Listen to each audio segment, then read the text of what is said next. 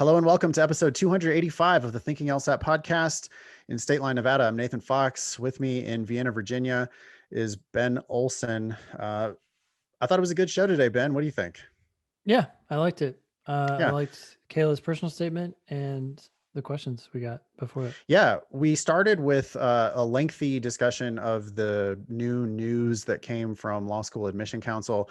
Basically, the online version of the LSAT is here to stay, and the dates are out. But we talked about all of the news and implications there. We Yep. had an email from an international student who was asking whether they should retake a 174, Yep. and surprisingly, our answer turned out to be yes, Yeah. they We should. doubled down on the presumption that if you haven't taken it 5 times, you need to tell us why not. Yeah, we had an email from a listener who thought that they were too old to go to law school, and turned out that we thought they were wrong about that, huh? Yep. I mean, what it kind of turned out that we thought that they might be just kind of too naive about the whole thing, and that they were rushing into it, and that they could make a much better decision. So I'm glad we got to that discussion. Yep. We had a note from a Demon student who had all kinds of admission success, even in this crazy cycle. We're talking about multiple full ride offers. So it was nice to get an update with some good news. We had an excuse of the week from a student who was complaining that they didn't know what certain words meant. We had a lengthy discussion about different categories of not knowing what a word meant. Hopefully that was useful and not too mean. I don't know. And then, yeah, we ended with Kayla's personal statement, which had a lot of great facts in there, but far too many conclusions that needed to be cut out. So hopefully that's an example of what can be good and what can be bad Yep. in a personal statement. I think there was a lot of potential there, Yeah. but there's stuff she needs to cut and there's stuff she needs to go deeper on. This show will air on Monday, February 22nd. That means you have 2 days. If you hear this on release day, you have 2 days to sign up for the April LSAT Flex. The deadline for that is Wednesday, February 24th. So you better get on it if you want to sign up for that test, which will happen during the week of April 10th. So, Ben, big announcement yesterday from LSAC. I noticed the internet was totally blowing up about it. I don't think there's a whole lot of news there, but you want to take us through the big bullet points? Yeah. So item number 1, they released the dates all the way through June 2022, which is great. So people can now know when the test will be administered. The test is going to be online indefinitely, as far as we can tell. Yeah, that matches what we predicted. I mean, they're acknowledging that they might also offer in-person tests at some of these administrations, Yep. but they're saying that everybody has basically said, yes, we like it better online, so we're going to continue to offer it online, which, I mean, no shit, it's just better online. Yeah, I was thinking about this actually when this came out, and I was like, there has to have been like an internal argument going on, right? You had the let's move slowly and cautiously group, and then you had the people who are like, what are we doing? Let's just go online. We can drop the whole, you know, coordinating location, space, and all that garbage that was taking place Well, before. it's just like us going online with our LSAT classes fully, right? I mean, we Mhm. for years thought about, oh, should we start doing like a live online hybrid thing, or should we create like live classes in Zoom? And we never, like, the inertia just never gotten broken on the live Yeah. in-person classes. COVID just changed everything, and we were forced to make a big move. Once we made that big move, we realized, oh shit, it's actually more effective to teach LSAT classes live online than it is to teach LSAT classes live in person, which Yep. in retrospect is a gigantic no shit. It's Yeah. obviously better. It's obviously more efficient. We're all like adult, modern, professional people Yep. who can be responsible for their own, selves. it's not like kindergartners. I can see why you need kindergartners in a live classroom, right? Yep. Or even junior high kids.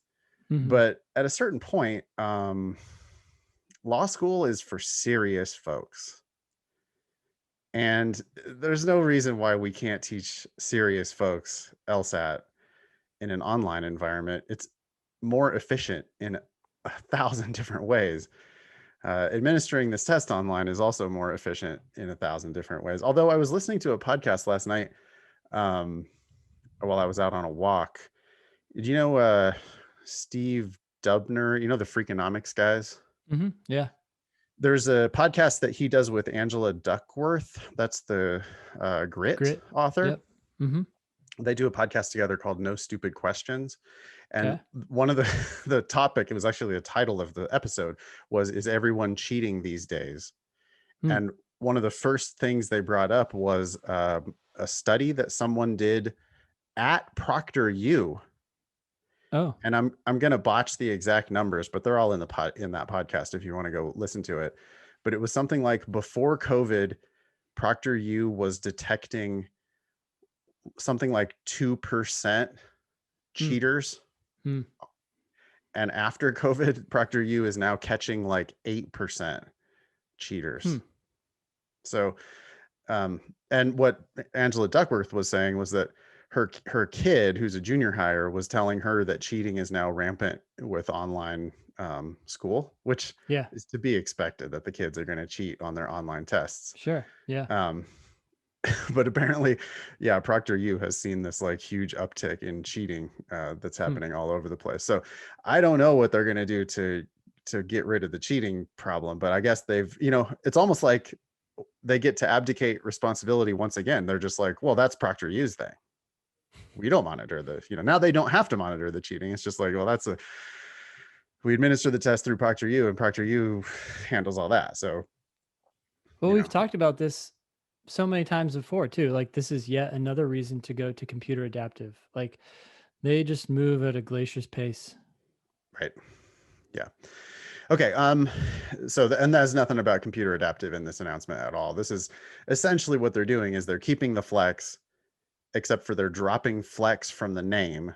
Yep. They're just calling it the LSAT now. Yep. They are calling it the LSAT Flex up until whatever, some date later this year. Then they're calling it the LSAT again. Oh, I guess when they bring back the experimental section, which Right. is So what they're talk going to about that. do. What's that going to Yes. be? Okay. So before COVID, the LSAT was in person. It was 5 sections. You had the 4 official sections, which included 2 logical reasoning sections. And then you had an experimental section, which was any one of the 3. You had no idea which section was the experimental section. They just did that to test questions before they were officially put into a test. And that's how they made sure that the questions are valid. Well, they haven't been Yes. doing that since COVID. And so they haven't had a chance to generate new questions.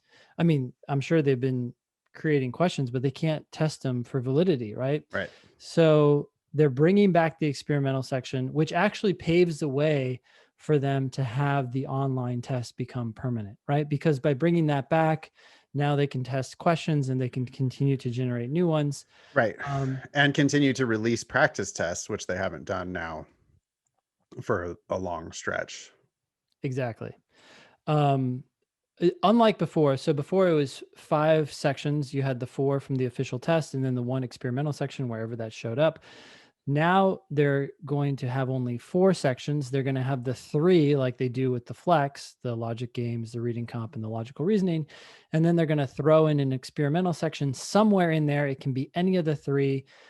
You'll know, obviously, that if you got 2 logical reasoning sections or 2 games, then one of those must have been the experimental, but you won't know which one until you talk to others. And even then, I don't know how easy it will be to figure out in the new online environment. But regardless, you just treat them all as official sections.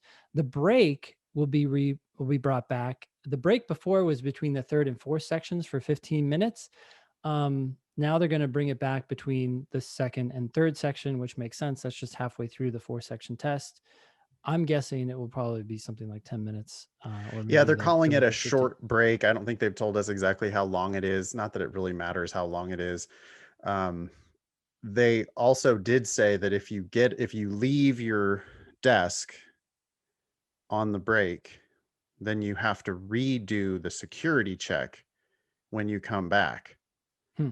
which as we've discussed before might involve you like picking up your iMac, and to show the camera Oh around the yeah, yeah, room or something like that. But they are going to have you, that's the security measure to make sure that you don't have somebody in the room or yeah. somebody feeding you the answers somehow.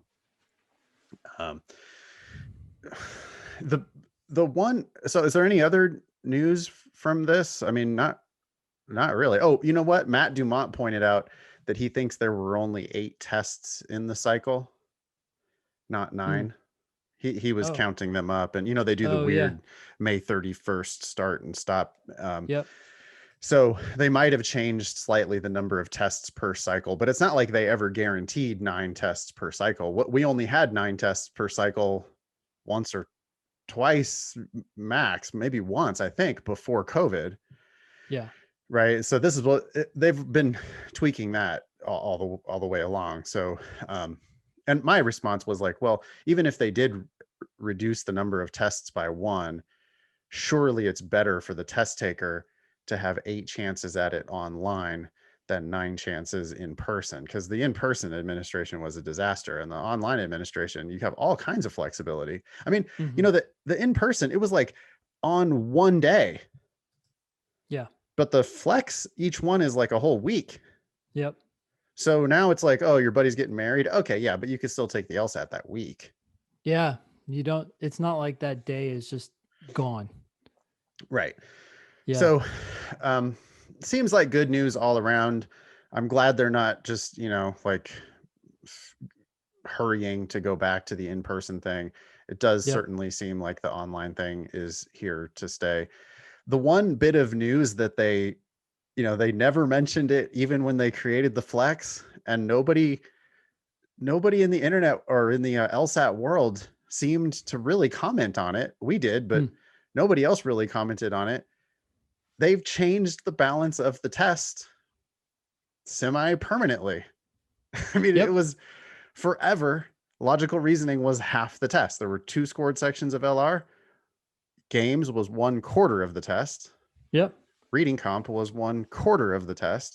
So Yeah. logical reasoning was by far the most important part of the test. Those other 2 Yeah. sections were important, but LR was literally half the test. Yep. When the flex came around, the way they did it was they just dropped the experimental section, which makes sense, but they also dropped I mean, if they're going for a shorter test to be able to make the flex, dropping the experimental temporarily made sense. But they also just dropped one of the sections of LR. I really don't understand that. What's the need to make an online test shorter than the I in-person thought test? our hypothesis at the time, and I still haven't heard any better explanation, is just Okay. the cheating thing. They didn't want to have a break. They didn't want to have people getting up and leaving and coming back. Now they've got people getting up and leaving and coming back. Yeah, Um, they've reinstated the break. So if that was their concern, you're gonna have it. Why not have a third section? they have subtly, and it seems to me, in violation of the lawsuit that they settled about getting rid of the logic Oh games. yeah. Right? Yeah. I mean, before COVID, the big news was like, hey, in 4 years, we have to eliminate the logic games because some blind guy sued us and said that the Yep. logic games were unfair to blind people, which I'm sure they're just hoping that all goes away, right? It's the classic COVID they're going to excuse. forget about it. Yeah. If anything How's gets COVID? delayed that I buy now, it's like, oh, I'm sorry, it's delayed due to COVID. I'm like, really? Yeah, What does totally. COVID have anything to do with this? But they're Yeah. just using that excuse to probably push that can down the road. What? Refrigerator repair? Oh, yeah, no, we can't make it out for 2 weeks to look at that because, COVID. Oh, yeah. Wait, huh? What? Um, right. Well, so now the test has a different balance. I mean, reading Yeah. comprehension, which used to be 25% of the test, is now 33% of the test. Mm-hmm. Games, which used to be 25% of the test and was on its way to being 0% of the test, It's now a is now third. 33% of the test. It's like fuck you to that guy. I know. Sorry, blind guy. Remember, he said he was going to eventually pass the LSAT. That's what his comment was once we get rid of the games, he would be able to pass the LSAT, which isn't even a Like, thing. yeah, it's not a thing. Yeah, that's Hey, funny. if you're a Everybody new passes. listener, we are not mocking the blind, and we do totally believe in accommodations for blind people and all of that. The It's the absurd outcome, thing right? is that, well, there's no reason why blind people can't do logic games. That's Yeah, I'm sorry, but that is ableist against blind people. Ironically, it was the blind guy who was, suing for this ADA issue. It makes no sense whatsoever. If you talk to people who teach blind people, they're like, no, blind people would learn to solve that game in a different way. yeah, Yes, sighted people would make a drawing. Blind people probably won't make a drawing, but blind people will have another way of solving the puzzle. Like they're what? Anyway, yeah, yeah, so yeah, that's now more important. Games are now more important. The scariest section of the test is now more important than it used to be. And logical reasoning, which used to be half the test, and we agree is the most lawyer ish oh, by far. part of the Yeah, test. I mean, reading yeah. comp is too. Yeah, I reading comp is key for law school. Can you get the big picture? Can you endure boring text, decipher it? But logical reasoning, I mean, that's the section where, you take like some successful attorney who took the LSAT, or maybe didn't even take the LSAT, but took the LSAT long ago and has no idea how to take the test now. It's been 20, 30 years. And you give them a logical reasoning section. If they're a good attorney, they ace that section. Yeah, not Yeah. games, because see, games is a test of how hard you can work, right? Games is a test of like, can you read it, figure it out, practice those games and get good at them, Yeah. which testing how hard you can work, that's an important component of being a lawyer. So I'm glad the games exist. Yeah. But the LR is just so obviously like law school and Yeah. also obviously like legal practice. Yeah. What's the conclusion we're trying to reach? What are the facts that we have? Can we get from these facts to this outcome? That's what LR is about. And it used to be half the test, and now it's only a third of the test. And they made this change in balance. As much as they talk about validity and all this stuff, they do all this like science about the test, but then they just kind of arbitrarily, it seems, changed the balance of the test and didn't even comment on it, Yep. which They is probably don't wild. want But to, right? It's easier to not defend it than to try to defend it. It brings attention to it. and I'm not even picking on them. I do think that there was a simpler solution, right? I mean, we've said this on the show before too. They could have made reading comp, it was one section of reading comp with 4 passages. 3 passages. Yeah. They could have made it one section with, they could have made it half as long, 2 passages. Mm-hmm. Games, there's 4 games. They could have made it half as long, 2 games, and then drop one of the LR sections. Mm-hmm. You cut your test in exactly half in length. You don't change the balance of the test at all. It's weird because you go to, what is it? What's half of 35? 17 and a half minute sections, for the games and for reading comp, but it's only 2 passages and 2 games. That seems okay. I don't know why Yeah. you Or can't do that. or make it 18 minutes and Right. You pat might as well everybody on the round out. back and say, we're giving out extra time like gangbusters anyway. So why don't everybody have an extra 30 Yeah, seconds? they do round up on people who get time and a half, right? Time and a half is 35 minutes, but if you get time and a half, you don't get 35 plus 17 and a half. You get 35 plus 18 equals Yeah. 53. If you get time Yeah. and a half, you actually get more than time and a half. Anyway, All right. they're doing the best they can, obviously. And Yeah. hey, give them credit. They, in the middle of COVID, they switched to an online version of the LSAT pretty quickly. They had some growing pains with ProctorU. They continue to have occasional growing pains with ProctorU, but it's working. People are taking the test. It's happening. And they've decided it's better than the live proctored versions of the test, which it is, and they're sticking with it. So Yep. give them credit for all of that. And this is where we're at now for the foreseeable future. They've announced test dates through June of 2022. Mm-hmm. and they're all going to be administered online. Where does the Okay, so the variable section, the unscored experimental section, which, by the way, Mhm. for those of you who are not familiar, it can be any random section. It's an extra section of either reading comp, logical reasoning, or games. You're not going to know which one it's going to be. You're not going to know what section it's going to be in the 4 sections, but you are going to have 4 sections starting in August of 2021. 3 of them will be scored. 1 of them will be the variable section, and you'll have a break between section 2 and 3. Cool. And it says they're going to do that for the next several years. I think everyone's going to get used to it, and that's just going to be the new norm, or they'll go to computer adaptive finally. That would be great. Well, I haven't looked at this blog post. I just now saw this. LSAT August 2021 and beyond. This would actually be interesting to take a quick peek at, just to see if there's any actual information in here. Sounds like the score for the August 2021 test might get delayed. They're saying they're worried that there's going to be this new variable section, aka the experimental section, and they're not sure how they're going to deal with that.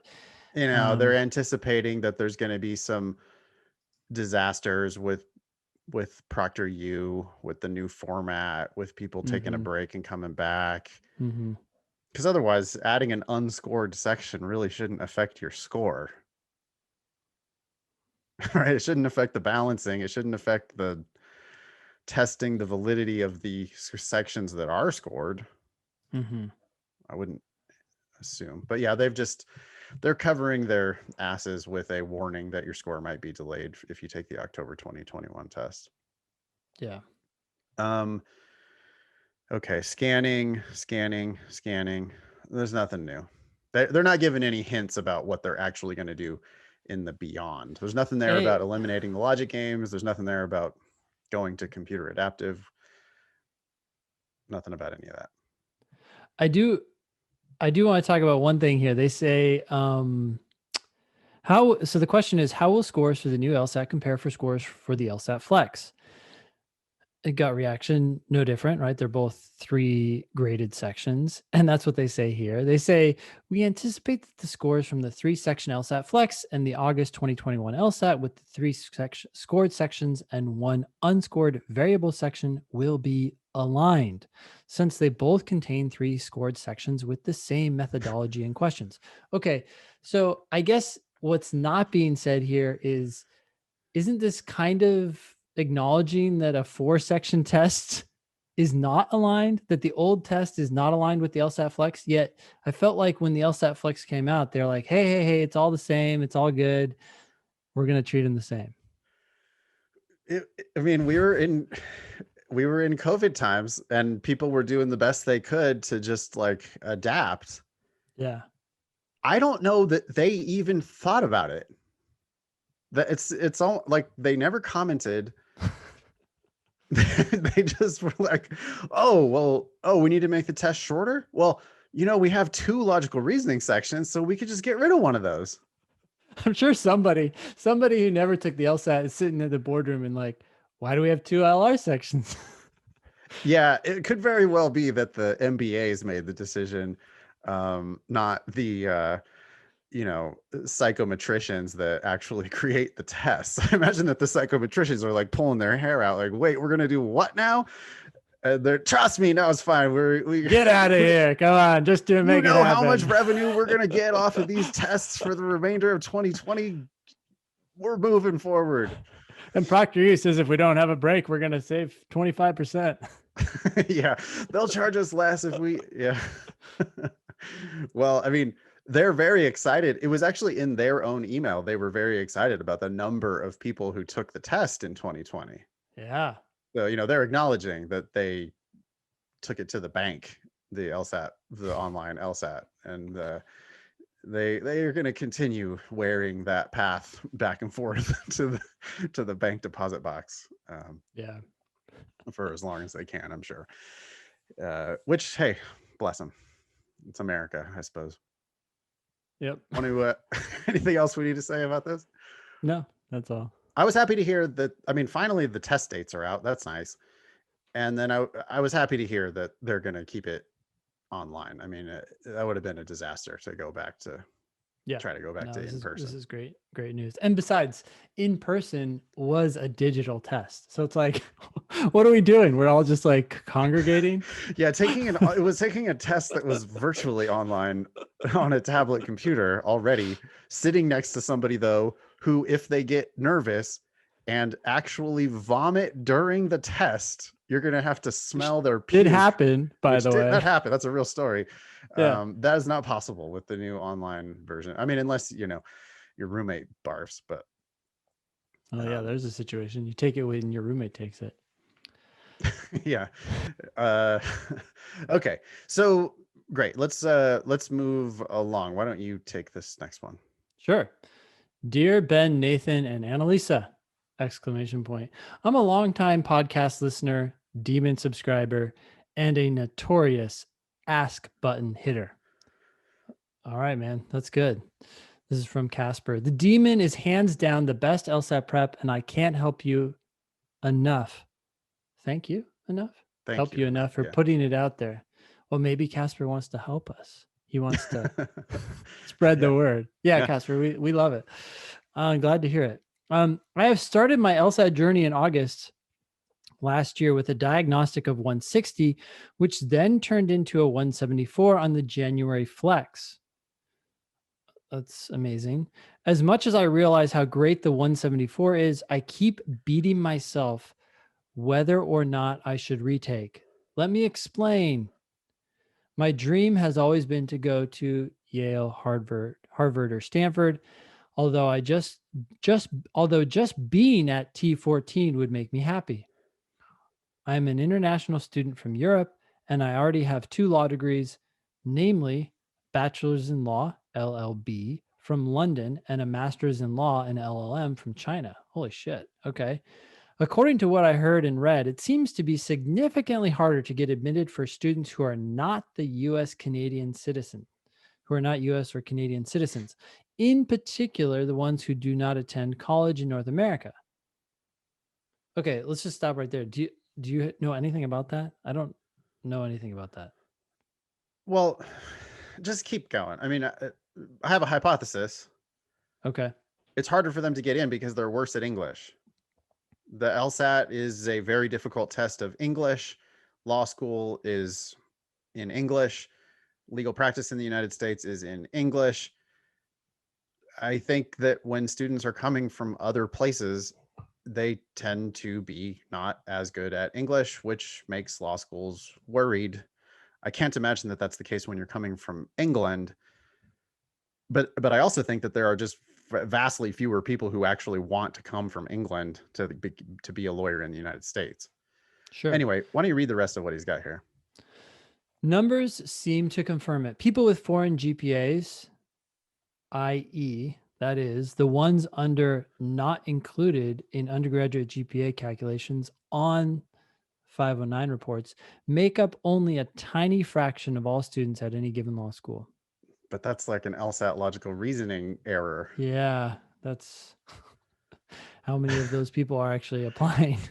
No, yeah, exactly. The reason for that is that most people don't get up and leave the country that they are from.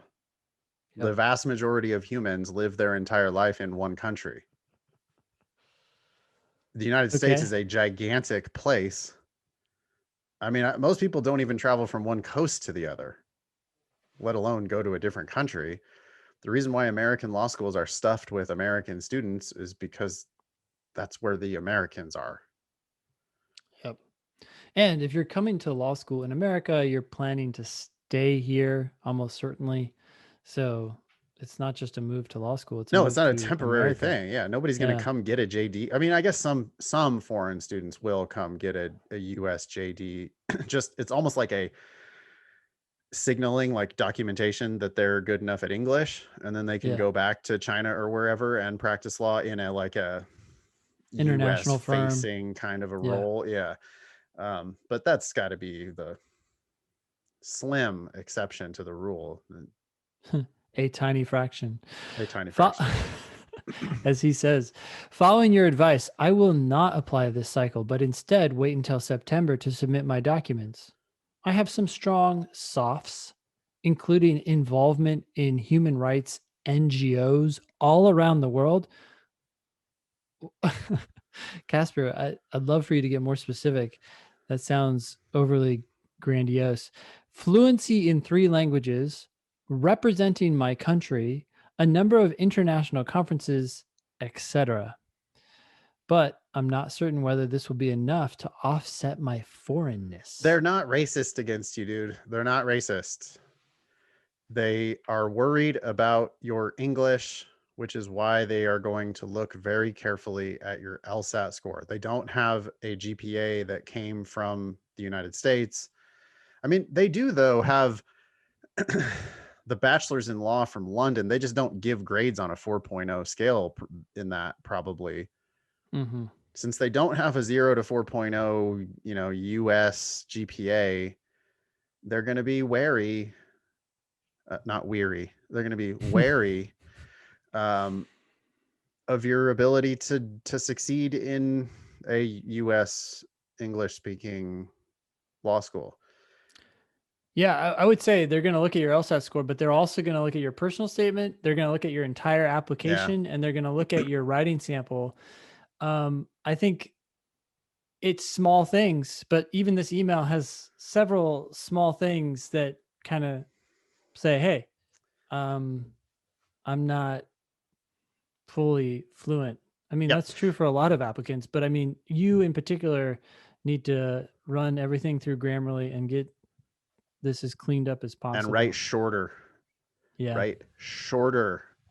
The more you write, the more opportunities you have for typos and little grammar errors and idiosyncrasies. This is a pretty long email for what it actually says. There's random phrases in here that don't even say anything, like representing my country. Yeah. What do you mean representing your country? What? When did you represent your country? At what? At the Olympics And or how? at what? Like Yeah. maybe he meant representing my country at a number of international conferences, but he didn't say that. He put a comma. So it's like, Yeah. what? It's just, and Casper, it's in every single paragraph of this email. Like if I had a red pen, I would be drawing on every single paragraph of this entire email. It's subtle little things. It's not bad. It's not bad. We But it's these subtle little understand things that just make mostly it what you're saying. Yeah. And the one I mean, he needed to edit this better before he hit send. But he also needed to edit it down just less so that there's Yeah. less opportunities to make these mistakes. Yep. Anyway, Yeah. But if the flip side of this is if you come in strong with a well-written personal statement, you clean up any opportunities where you have a chance to write, then those fears will instantly evaporate, right? If I'm reading it and I notice that you're doing the right thing in the right place, I'm like, oh, a lot of people don't know that, but you're doing that. English must be not a problem. I well, love your LSAT score. Let's party. yeah, the 174 let's party. The 174 is going to go a long way. I mean, that says a lot. Yep. Right? I mean, you can't be shitty at English and get a 174. That's just not a thing. Yeah. But anyway, the question that Casper's about to get around to. I'll get there eventually. Yeah. But I'm not certain whether this will be enough to offset my foreignness. Okay, that's where we ended. The 174 I got is about an average of my recent practice tests. I could score up to a high of 177, 178, and a low of 172. My undergrad GPA won't even be calculated, so the whole emphasis is on the LSAT. Does this situation warrant a retake? 1,000%. 1,000%. There's no downside. You're not applying until September anyway. Your PTs have 177s and 178s on them. Yeah. If you get unlucky and you score a little bit lower, it doesn't matter. You're still a 174. If you get a little bit lucky and score a 175, even a 175 or a 176, starts to move you past, a few 100 other applicants at these schools. This last cycle, we had twice as many people applying with 175s and higher as we did the cycle before that. Yeah. Twice as many people applying with 175s and higher as we did the previous cycle. Right now, Casper's not in that bucket. With 2 more points, Casper's in that bucket. And I just don't see any downside. So why, can you imagine why you wouldn't take it again? No, it just reminds me of our presumption. If you haven't taken your 5 official practice tests, the question is, why not? Yeah, the burden is on you to decide that you're done with the LSAT. I don't Yeah. even see an argument here for, there is no argument here for not taking it. He's just like, should I retake it? Yep. Well, yeah. I mean, especially in the situation where it's clear that it sounds like half of Casper's PTs are higher than the 174. Yep. No brainer, Those are retake it. those are good odds. And it doesn't matter if you score a few points lower. So who cares? Like they're going to see, oh boy, he scored 172. He took it again and scored 172. Whoa, what's going on there? Yeah, no, they still report him as a 174 on their ABA reports and to US News and to the world. He's still a 174. There is no downside. So yeah, take it again. He continues, also, do you have any special advice to international applicants? I think we covered that. There aren't that many of us, but we exist and we are good folks. I'm sure you're better folks than fucking Americans are. So yeah, and I'm detecting a weird, like, Casper thinks that he's going to be discriminated against. He's not. The law schools would love to have you if you have the credentials. Your 174 already is a damn good start. All your softs, those 2 previous law degrees, you're looking good, Casper. You're gonna get lots of nice offers. But since you're not applying until September anyway, I just can't imagine why you wouldn't try to eke out just a couple more points. And by the way, all my advice to you to get your writing in order would apply to any applicant. Americans who do the same thing have the same problem. If they Oh write yeah. poorly, yeah. So this is not like, oh, I'm just saying you do have mistakes, so you do need to fix them. People will notice that shit. Yeah. And yeah, I mean, we have a bit of a reputation, especially for people who listen to the podcast. They know that we're going to rip the shit out of what they write. Yeah. And if he like really edited this before he sent it in, then he needs to double edit or triple edit or quadruple edit his application materials, because there's some goofs in here. Yeah. Okay, ready for this next one? Yeah, go for it. Subject: an older applicant wonders if he's crazy. Hi fellas, I'm a 30-something with an MFA in creative writing. Right away, you're just not an older applicant. 30 somethings. No. 30-something The is the average new age in law school is like 20-something. 28, right? Or something like that. It's pretty high. Maybe Yeah, it's not 28, but it's that's not out of the range of common. That's just not uncommon at all that people apply in their 30s. yeah. I mean, I guess I started law school when I was like 33. I was a little bit older, but I wasn't significantly older that like it was No uncomfortable. one noticed. Yeah. I don't think so. I don't. The law schools are only going to go, oh, cool, you've done some shit after college. You have many better opportunities for personal statement topics. Your resume is going to actually have some shit on it.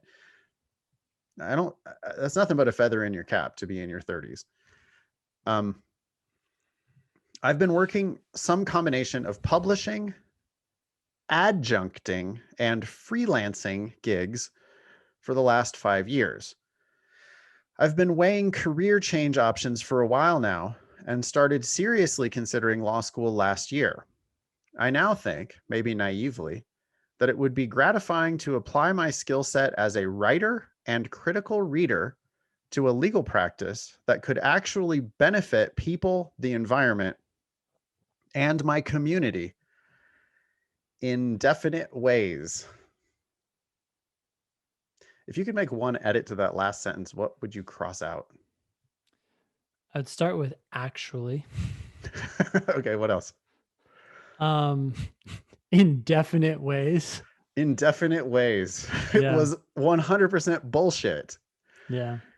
It didn't change the meaning of the sentence. It tried to provide definitiveness when it was doing the exact opposite of that. I mean, the reality is we could just keep going. One thing you're doing here, who is this, by the way? Let's see. 30-something writer 30-something person. writer. All right, 30-something writer person. TSWP. TSWP, you're a good writer in the sense you don't have any like mistakes. Your prose is clear, but it's extraordinarily wordy. Like benefit people, the environment, and my community. People covers your community.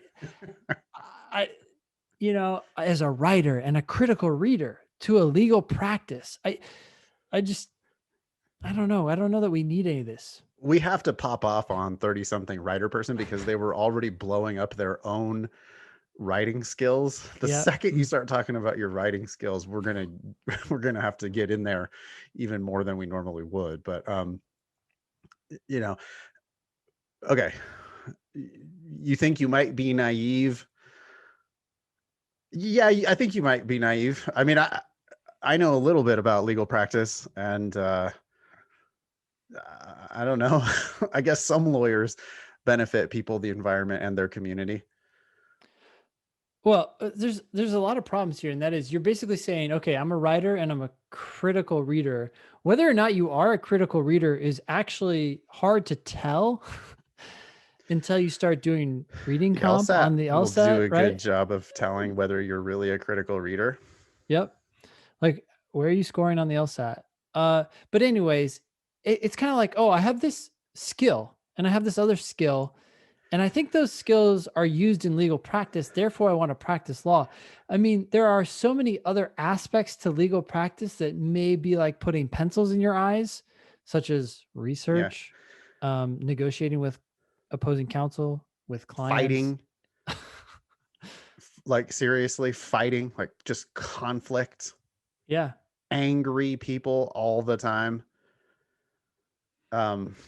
I mean, you could go. So, in my mind, there are two big domains in the legal world, right? There's transactional, what happens when people are making agreements before they get to court. In other words, how do you prevent parties from going to court?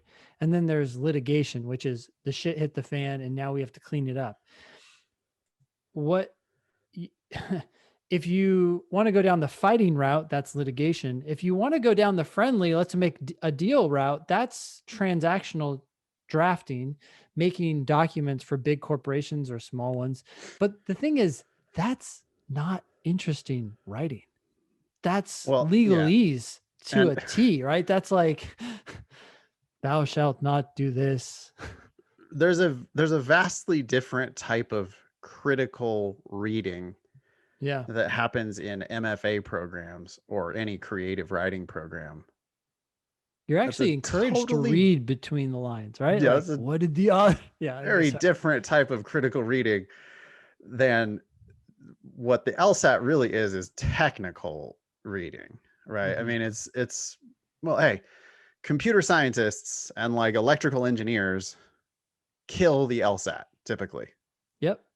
Economists, physicists, those people do the best. because it's lines of code. Mm-hmm. For people who are going to imbue these things with more meaning than they actually contain or interpret these things in ways that aren't really on the page, that ain't what the LSAT's about. Yep. So you might be in for a little bit of a shock. And I'm going to go on here because it sounds like he is struggling a little bit with the LSAT, which is a bit of a red flag. Yep. I've been in touch since summer with a student, an alum, and an admissions professor at my local law school, and they gave me the impression it's not very difficult to get in and that they have a strong funnel to jobs in my state. I mean, of course, that's what they're going to say. Every law school encourages everybody to apply. They're never going to tell you not to apply. They're Yep. always going to tell you, oh, we love to get applications from people who look just like you. Yep. He goes on, they also assured me that a large percentage of the students they admit are second career / older people like me. Yep, of course they do. We help people just like you. You're the perfect fit. You're the perfect applicant. You should definitely apply. The cost of in-state tuition here is low compared to other schools, $19,000. That's really low compared to lots of schools. It's still a lot of money, though. Yep. I mean, you're talking about a Toyota Camry every year for 3 years in a row. Yep. And my wife is a nurse. So despite your general advice, I'm not averse to taking out loans. That makes no sense, dude. That makes no sense. I was no going to sense. say, okay. So Go ahead, your Ben. wife Go is ahead. earning some money and now you're just going to make it like even harder to like. It's only scrap out the $19,000 a year instead of Come on, $49,000 honey. a year. So I should borrow $19,000 a year. Get back to work. Sorry. I'm having fun. You're going to spend the down payment on a house easily, even at this school. In 3 Yep. years, you're going to spend the down payment on a house. That's insane, dude. What are you talking about? And the fact that your wife has a great career, good. That is not a reason to waste money on law school. Yeah.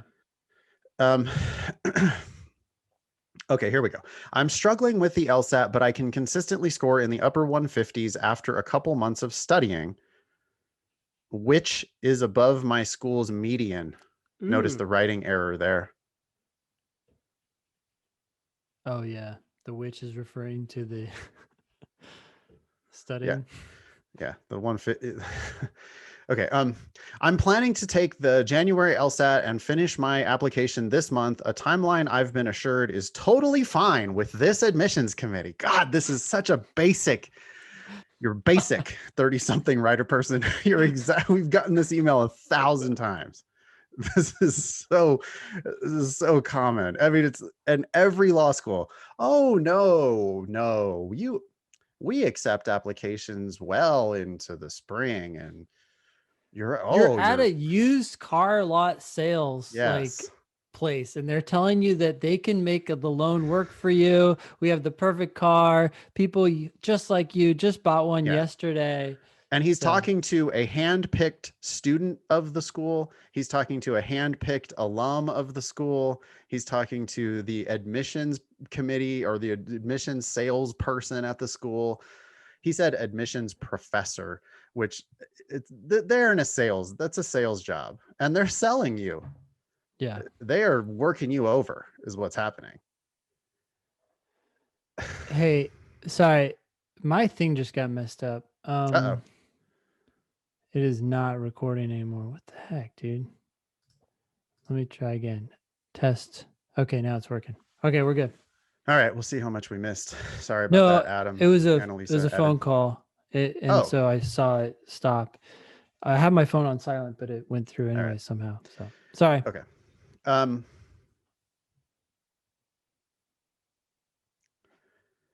timeline I've been assured is totally fine with this admissions committee.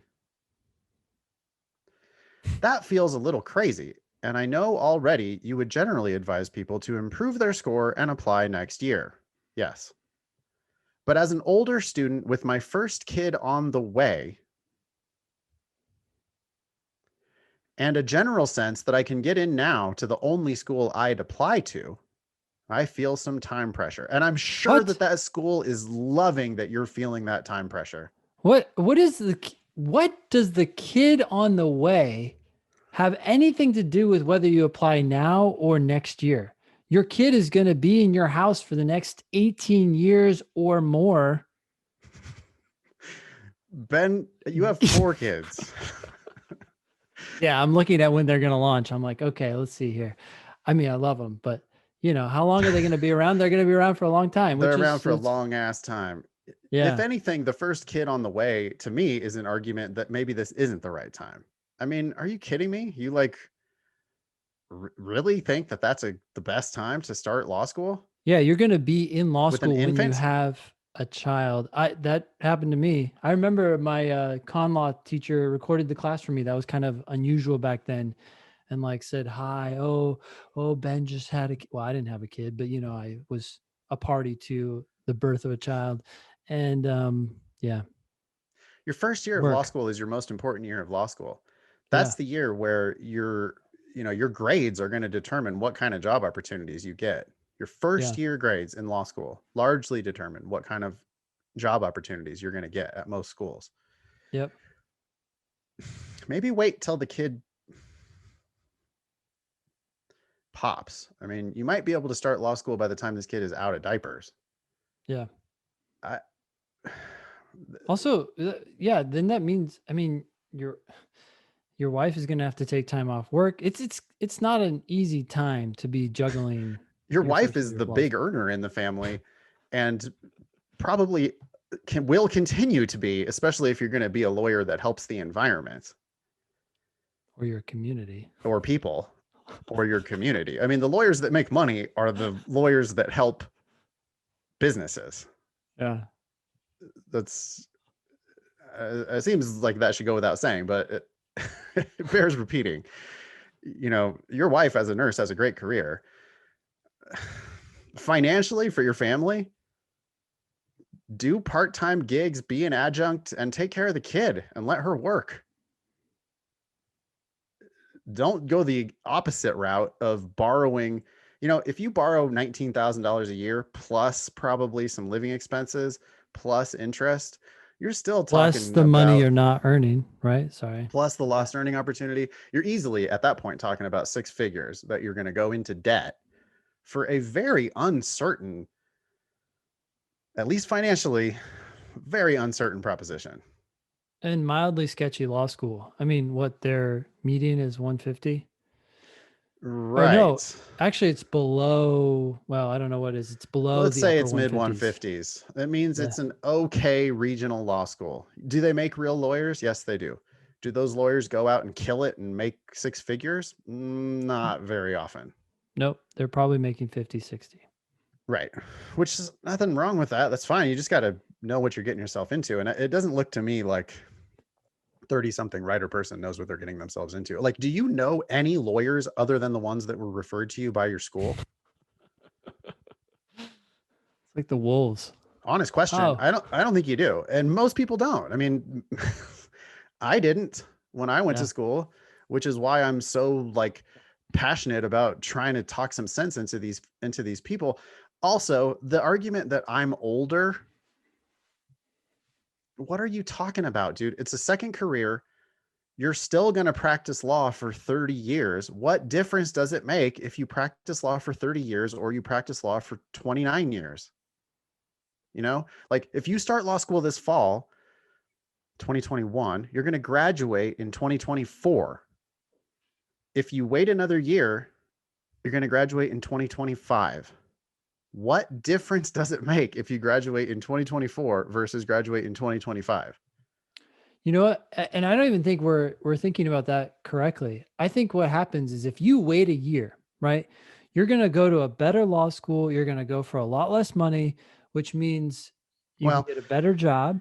he's not going to a different law school. He's locked into this one local law school, which already might be a mistake. But even if you grant him that, go ahead, Ben. I Well, mean, I'm just talking about people in general, right? We constantly say, "Hey, wait a year, go to a better law school or pay for less, or ideally pay less."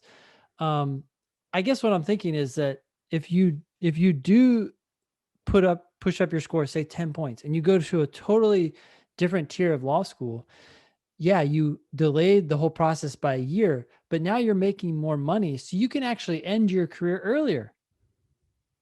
right. Imagine I like, see. I see where you're going. Yeah. yeah, Right. Well, no, so you're especially if you don't go six figures into debt while you're in law school. Yeah, you're not going to have to pay that off for the first 5, 10 years, whatever it is. you can start bailing it out much sooner and really pursue things in life you want to pursue. Yeah. Anyways. What brutally honest advice would you give older applicants like me who are considering a career change / paying to go to their local law school? Any reality checks about shifting into a law career from a writing background? Thanks for the work you do, 30-something writer person. That last bit, any reality checks about shifting to a law career from a writing background? That comes off to me as really naive. What do you mean a law career? You know, in what definite ways are you going to help people, the environment, and your community in a law career? What job exactly are you trying to get? Yeah. I, I don't have a clear picture here. If he had said, law firms in my area hire regularly from this school, and I think I can go to this school and get a job that pays whatever amount at whatever local firm, I would be much more enthusiastic about this. It's just so vague.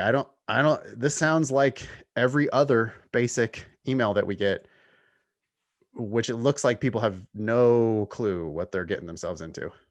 And they're rushing into it. Yeah, this 30 something is said, I've been working some combination of publishing, adjuncting, and freelancing. Honestly, it sounds like you're just trying to scrap together like an income, right? It's like, That's oh, what here's MFAs in creative writing do. I mean, yeah, you also don't get jobs out of an MFA in creative writing. yeah, Not that there's anything wrong with an MFA in creative writing. It's just not like the money train, you know. So he's been struggling to find, he's got a variety of different work, but it sounds interesting. I mean, teaching's fun. I bet publishing could be fun. Whatever freelance writing gigs he's doing is probably kind of fun. Sounds flexible with the kid. yeah. I guess what I'm thinking is if 30 something is looking for like a more steady paycheck, go get a job as a, you know, a legal assistant or something at one of these firms in your area. You immediately get the income, and it's not going to be what you'd make as an attorney, but you can figure out whether you really want to do this. And you'll have the ties to the community that would actually make this risk much less risky. Yeah. We had a podcast episode on jobs without JDs. There's all kinds of jobs in law, especially jobs in law that help people that don't require expensive JDs. Yeah. If you just really want to help people and get a regular paycheck, I don't think a JD is the way to go, especially not for somebody who's got a kid on the way. And, you know, at the very least, please don't go this cycle. It's the most competitive cycle ever. And you're applying. Don't yet have your best LSAT score. You're applying late in the cycle. You're violating every bit of our advice. Don't do it this cycle. At least wait and apply at the beginning of the next cycle with a better LSAT score, and then see what kind of offers you get. At the very least. You're laughing. What? I was just thinking we could add to the like litany of reasons for not just this listener, but all other listeners. If you have a kid that's about to pop, maybe wait a year. One more reason. If you don't have your best LSAT score, wait a year. If you're applying late in the cycle, wait a year. You know, if you think being above the median is a good idea, it's not. Wait a year. I mean, if you're considering paying for law school, don't. Wait a year. Mm-hmm. If you have a kid on the way, wait a year. Yeah, that's Ben's doubling down on that one. Anyway. Wait until the kid exists and see what you think then. Yeah. The whole shit's about to change. So that's true. The most gratifying emails we ever get are the ones where people are like, guys, I just can't thank you enough. I decided not to go to law school. You know, I was going to apply a year and a half ago, but I decided not to. And instead I did this other thing. And in retrospect, I'm so glad I didn't. And that's like the best, that's the best news we ever get from people. So maybe 30 something writer person can write us again in, 6 months with an update. But do not go this cycle. You're getting bullshitted by those admissions folks. They're just giving it to you. Don't. Yeah. All right, ready for this next one? You think it's on you? Yep. Yep. Hey guys, feel free to share on the podcast. I want to share that not only did the demon land me an awesome score, but taking to heart, don't pay for law school has really saved me a lot of disappointment this cycle. Getting waitlisted at schools where I am at or above both medians has been frustrating. It's a competitive cycle. But those were my reach schools because it would have been a reach to get top scholarships from them. I applied to 20 schools and I have 5 full tuition offers with the possibility of a few more coming through. For the schools I'm admitted to and have received scholarships from, the scholarship calculator has been correct about the offers at 7 of 8, even in this crazy cycle. Oh, nice. Wow. Shout out to the LSAT Demon Scholarship Estimator. Yeah. That's at lsatdemon.com/scholarships. It's free and open to everybody. And Yeah. you can put in some numbers and play around with it a little bit and see what types of offers you're likely to get. But nice work to Jackson for he did the bulk of the work on that tool, and it's nice to hear that it's right. Yeah. That's awesome. The advice to apply to more schools has also been a lifesaver this cycle. It has been extremely competitive and decisions are unpredictable, so limiting to 5 to 10 schools has some people on edge. I received waivers from all of the schools I applied to. 20 schools with a $45 LSAC fee isn't cheap, but panic applying late in the cycle would probably cost you more in lost scholarships.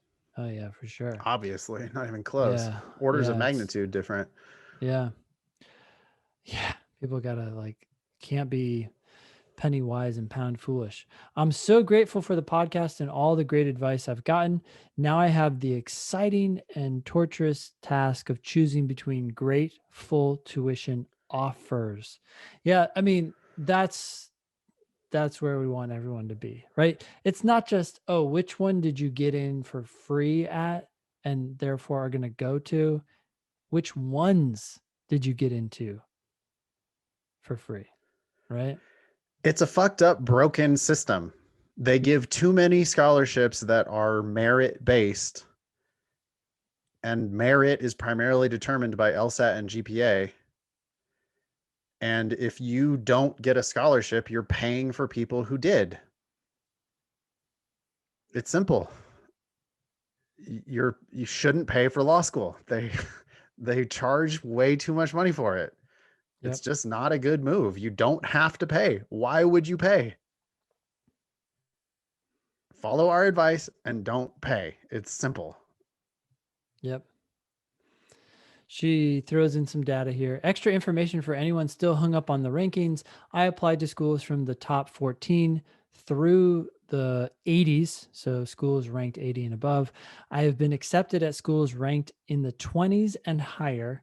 My full tuition offers are from the 30s and higher. I'm glad she included that information. Thank you, Melissa, very much Yeah. for this Yeah. email.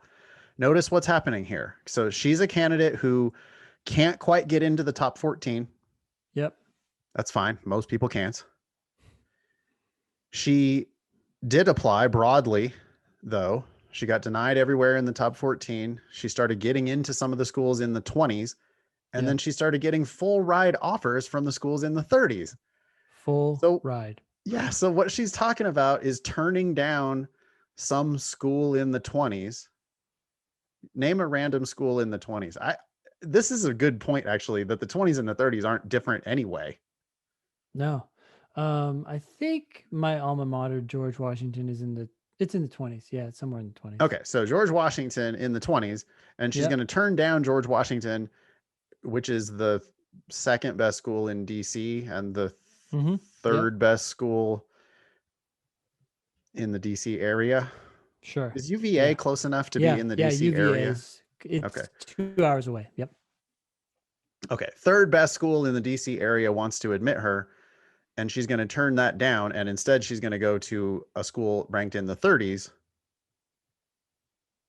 What's a school in the 30s in your area? And maybe George Mason might be like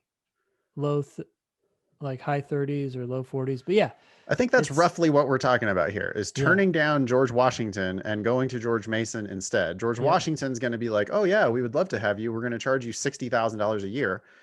George Mason's going to be like, we would love to have you. We're going to charge you $0 a year. Yep. And that's the position that Melissa's in because she was smart enough to apply early, apply broadly, apply with her best LSAT score. Congratulations, Melissa. You win the Thinking LSAT podcast.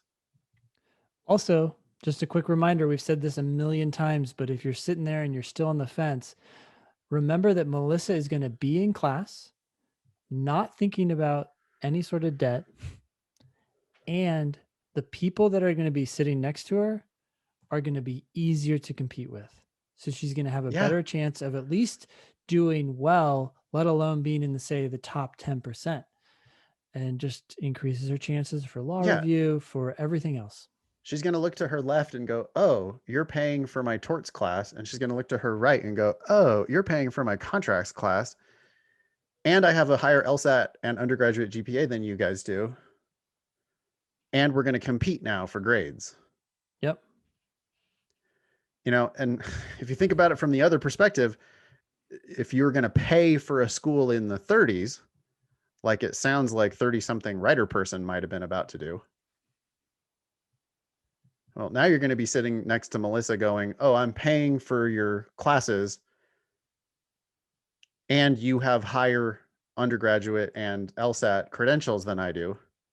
And I have to compete with you for grades. Yep. It's just the wrong end of the stick. You just don't do it that way. It's dumb. Yep. All right. Congratulations, Melissa. That's awesome. Excuse of the week time. Somebody put this. This is from one of our teachers. I'm not going to name the teacher just in case. I don't want to get too frisky with the students, but one of our students.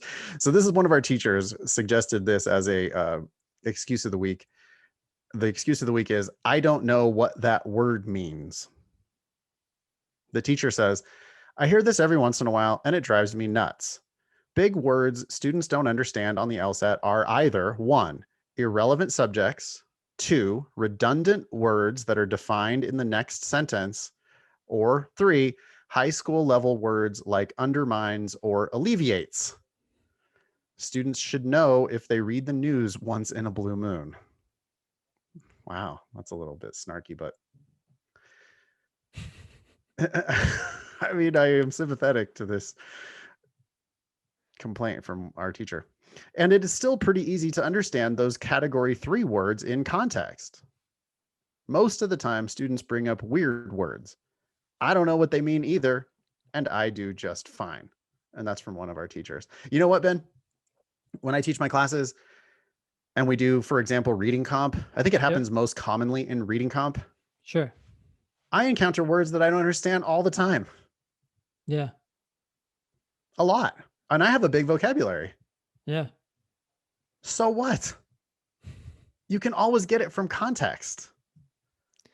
Yeah. It's like they let the word derail everything. They're like, I don't know what that means. And if you don't know what it means, you feel like, what could I do? How could I possibly know something I don't know? And so I'm stuck. And it's like, yeah, I know exactly what you're talking about. You're like, I don't know what that means either. But given everything that was just said, it sounds like a bad thing. The author is saying this is bad, or the author is saying this is good. I don't know what it means, but everything else around this makes me believe this is what it says. And I comprehend the meaning of the sentence. Yeah, they will. So let's take the 3 categories in order, because I do have I have a different response to each of these 3. Sure. Right. Yep. So one of them, irrelevant subjects, they're irrelevant. And that happens a lot, like especially with highly technical terms. Yeah, The, you know, especially it's very common in logical reasoning and in reading comp in natural science passages. Some the Latin name for some bacteria, you know, H. Yep. pylorus or whatever in Yeah. italics. And it's like, well, we I've never clearly heard are of not, that. I've never heard of that type of bacteria. Yeah, we're, none we're of us not have. required to be a biologist or to read Latin. Yeah. So that clearly is not something that we need to really know about.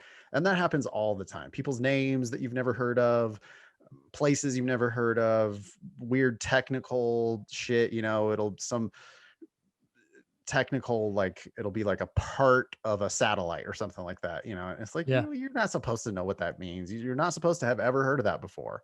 Yeah. And if that's what you're pointing out, well, then you just need to realize that's not what they're testing you on. Yeah. The second category, redundant words that are defined in the next sentence. Or That's where in you that just have to sentence. hang in there. Yeah, I was going to say it could be in the next clause, like Clause. just Yep. especially when they do comma, or especially when they do M dash, Yep. they very frequently are going to just like tell you what that word means. Did you keep reading? So hang in there. Don't panic the second, you know, I think that's what happens is they see a word they don't understand and they just immediately hit the panic button, Mm-hmm. when it's like, dude, you could have just calmed down and read the next little bit, because they're going to give you, and they do this in reading comp especially, all the damn time. Yeah. Something like probably half of the reading comp passages in the first paragraph or two, they're going to have some term that you've never heard before, and then they're going to just straight define the term for you. Yeah. So keep reading. Yep. The last one is the worrisome bit, you know, and for people who are saying, I don't know what undermines means, Mm-hmm. or I don't know what alleviates means, you're probably having that experience a lot, like on many, many questions. And there'll be like 8 words in one reading comp passage that you don't understand. I have a little bit of tough love for those folks, which it does seem like Carl, you know, oh, sorry, whoops, I named him. Um, it seems like our teacher is trying to give the tough love here, which is, hey, if you read a reading comp passage and there's 15 words in there that you don't understand,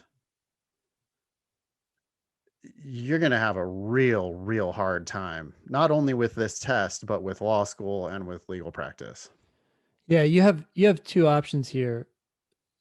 One, well, you have multiple options, but two that come to my mind are: one, look at this for what it's telling you. You don't have the chops yet to deal with this profession, because words like undermines and alleviates are basic words. You need to know what they mean, and they're not that hard for the people who are going to law school and going on to practice law. So one option is to leave. Another option is to face this reality and turn this obstacle into an opportunity to make yourself a lot smarter, essentially. Like, basically bite the bullet. Anytime you find one of these words, look it up, create flashcards, Yeah, and make this weakness your strength. Say, hey, probably fuck shouldn't that. say smarter there. We should probably just say like better Yeah, that's educated, not. right? Like more experienced, more knowledgeable. Well, I'm actually going to push back on that. I'm going to say that Oh yes, boy, Ben's gonna end I his career right here. no, I'm serious about this. Everything we do changes our brain.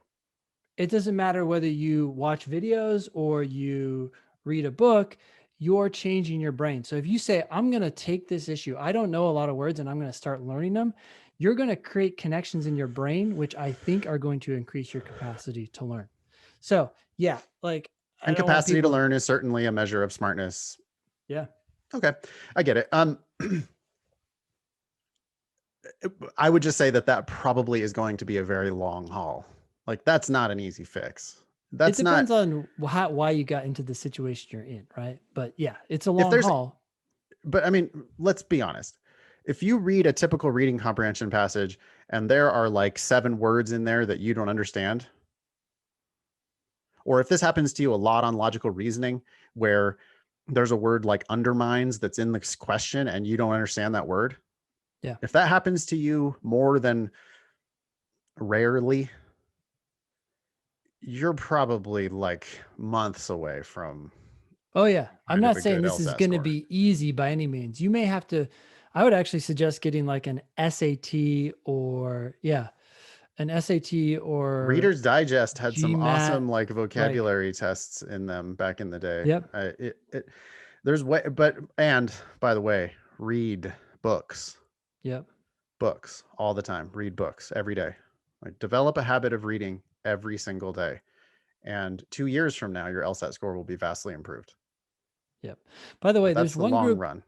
there's one group, yeah, it's a long, that's the long run plan, but it's not a bad one. I think that, I mean, it could be a bad one. I'm just saying that like life is life, right? Like if this is really something you want to pursue, then face the reality of what you have to change about yourself and do it. I mean, 5 years from now, you'll still be 5 years older. Do you want to have taken that time to better yourself or just give up? You know, I don't know. I'm Yeah. not, I don't want to encourage people like to do something that they shouldn't pursue, but if you really want this, then maybe fine, go for You it. shouldn't be giving up because of one word, right? That's Yeah. like the category 1 and category 2 that our teacher is talking about here, where it's just some subject you've never heard of, or it's a word that they then give the definition of. In those cases, you got to just hang in there and not give up. But in category 3, if the passage is just like chock full of words you don't understand, you just this might not be the right time for you to be trying to go to law school. It's only going to get Yeah. worse from here. I mean, that's a uphill battle. Yeah. Can I give you an analogy I just came up with? Sure. You can be uh, a bad shooter and still potentially play in the NBA. Okay. You can be short and still potentially play in the NBA. You can be slow and still potentially be play in the NBA. But you definitely cannot be short, slow, and a bad shooter and still play in the NBA. Mm-hmm.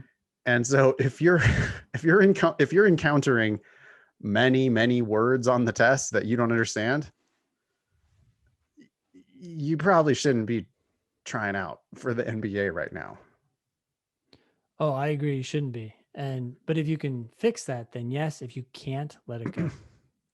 You can learn to compensate for being a bad shooter. You can become a better shooter, for one. You could learn to compensate for being slow. You could work on your speed, maybe get faster. You could, short, you probably can't do anything about, but there Yeah. have been successful short players in the NBA who have been just awesome at everything else. Yeah. But when you got too many of those weaknesses, which that's what's going on, if you really don't recognize lots and lots of words on the test, that's going to be, I'm not saying it's impossible. I'm just saying it's going to be a long, grinding process. And if you decide you just don't want to go through that long grind, I don't blame you in the slightest. Yeah.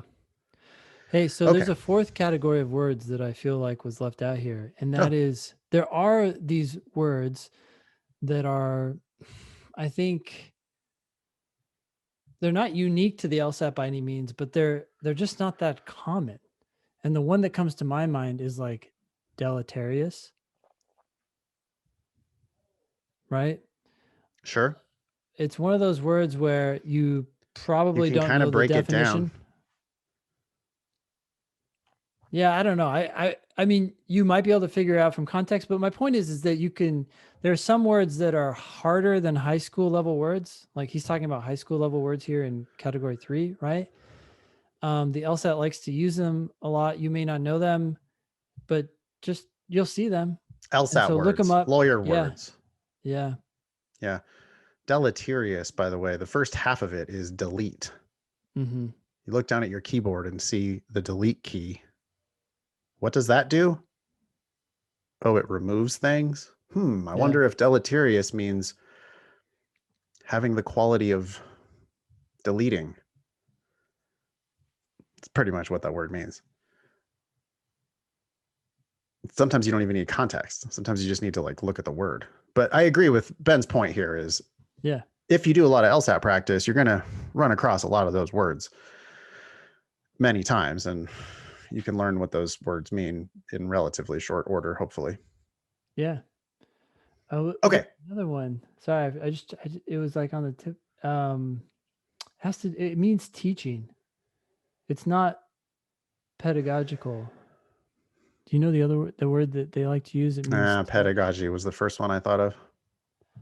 all right. Anyways, maybe it's didactic. No. Oh yeah. Mm-hmm. Okay. Yep. They like that one. Anywho. Yep. Yep. Okay. Let's dive into this personal statement. It's on you. Why don't you read the email and I'll read the statement? Sure. Hello, Ben and Nathan. My name is Kayla, and I'm an aspiring law student with a subscription to the Demon. I'm looking to submit my personal statement to your podcast for critique. I reached out to Matt Dumont, who has helped me immensely, but I would love to hear any further advice you have to offer. I've attached my personal statement below, yada, yada. Thanks, so forth. Okay, this is from Kayla. I liked her closing. That's not a salutation. Is it a closing salutation? Is that a thing? Salutation sounds like a hello, Greeting. right? Yeah. Right.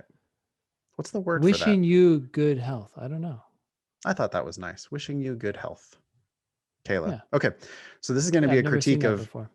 Kayla's personal statement, but also Matt Dumont is now in the wood chipper since he's been helping her with this. Here we go.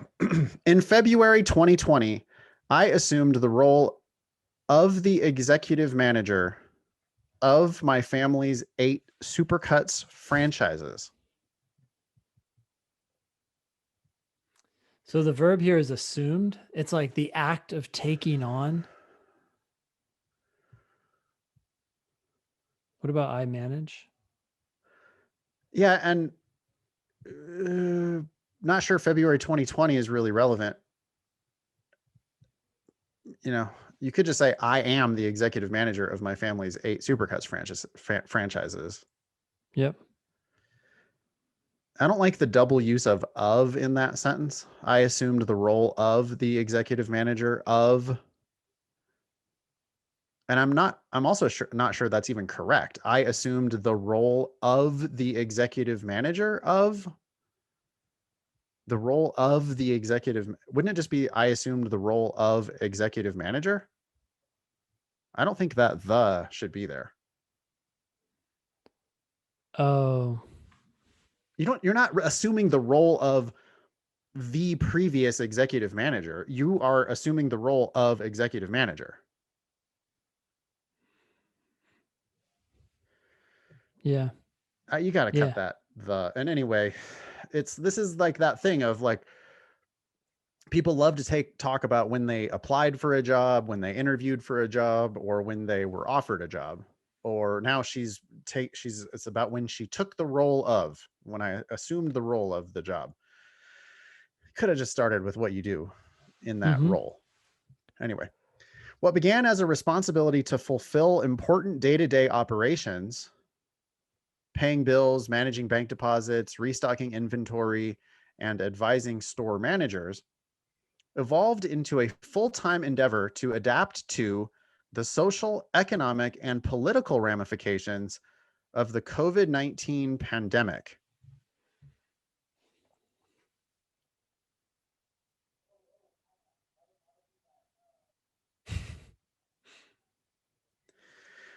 Not my favorite. I mean, there's a lot of facts in there about all the stuff that you did on the day-to-day, but that's an awful long sentence.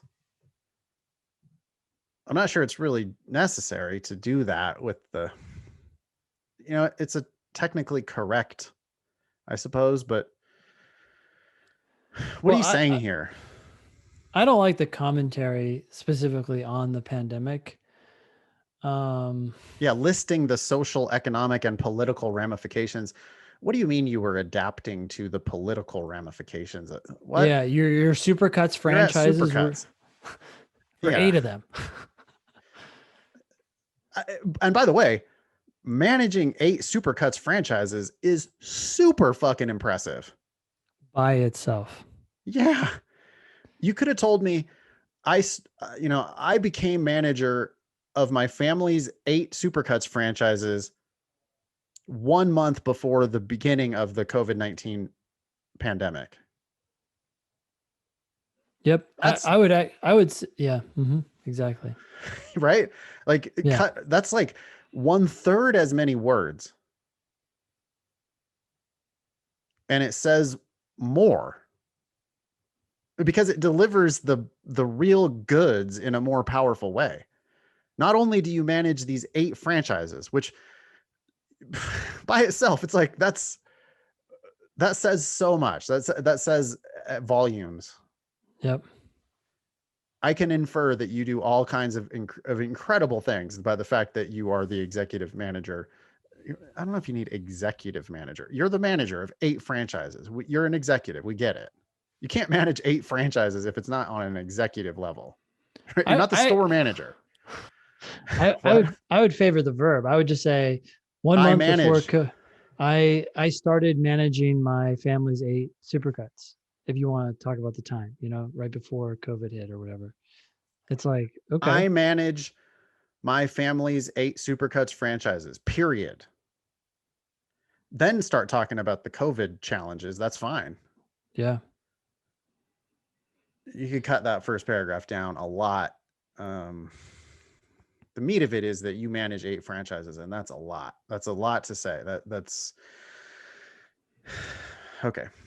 We Due have to this, oh go yeah, ahead. go ahead. Well, I Well, was this gonna is say due to is incorrect, but we can talk about why in just a second. all right. So, second paragraph. Due to the financial effects of COVID-19, I closed 2 of the Supercuts salons in the fall of 2020. That's a powerful fact, that you had to close 2. That's got to be tough. And lawyers make tough decisions. Lawyers do hard things to people. They really do. They Yeah. have to deliver hard arguments. They have to deliver bad news. They have to just like fight, and get dirty, and that's a tough one. Why is due to wrong there? I don't know that. Yeah, well, so the easy test is if you can replace due to with caused by, then it's correct. But if you replaced caused by the financial effects of COVID-19, I closed, I see. It's a subject problem. it doesn't make sense. It has to, Yeah, you are yes. not due to the financial effects of COVID-19. The closings are due to. Yeah, So I you'd want see. to say because of. So in most cases, when people say due to, they can and often should just say because of. But here, I don't know if I would say it this word with this many I words. hate due to the financial effects of COVID-19. I mean, everybody gets it. Like, Yeah. there's not one person on the planet who doesn't understand that COVID had ramifications. You already mentioned COVID. Yeah. You could have said something like, the hardest part of my job this fall was closing 2 of our salons, something like that. I don't know that you need to say COVID again. We understand that you just Yeah. said you're managing in the middle of a pandemic. When you say Yeah. you had to close salons, we can infer that that's because of the financial effects of the pandemic. Yeah. It's like you're moving from facts to commentary. It's still a largely factual sentence. You did close these 2 Supercuts salons in the fall. It was because of that. But when you start saying why, you're actually moving away from facts and to like your commentary on why you did that, as opposed to just focusing on what you did. Like if you just focused on what you did, you could say in the fall of 2020 I closed 2 of the Supercuts we salons, we'd understand. Stick to the facts. There's just way too much editorialization in here. There's too much commentary. Dismantling the stores, relocating the merchandise to storage, and cutting ties with many loyal employees was the unfortunate reality required for the overall business to survive. That's a terrible sentence. I'm sorry. Yeah. You're using was as your verb there. And you had 3 items that came before it. The subject is dismantling the stores, which who cares, by the way? Relocating the merchandise to storage, who cares? And cutting ties with many loyal employees, which that's the hard part. That's the emotional part. Yeah. But you're burying it in the mundane shit that you should be managing people to do. You're trying to paint yourself as this like big time manager of multiple franchises. Are you really going to the storage unit? If you are, don't tell us about that. And then why is was the subject here? I hate this. Was the unfortunate reality required for the overall business to survive? I mean, I get it, but you could have told me what it was like to have the meetings with these employees. You could have told me how you prepared for those meetings. You could have told me how the meetings went. You could have told me what the aftermath was. We we understand that you had to close these shops. We get it. Specifically, I closed the stores to mitigate and alleviate company-wide risk and my family's financial concerns. Cut that entire sentence. What company-wide risk are you vaguely referring to? Your Well, 8 franchises or the Supercuts business as a whole? no, that's not what she means. She means her family's franchise company, which involves, started with 8 stores and sounds like it's now down to 6. And you're just I'm not repeating sure about that. yourself. I think she might actually be referring to Supercuts like, oh, they're No competing with way. each other. Yeah. She's overselling herself so many times here. The social, economic, and political ramifications of the pandemic.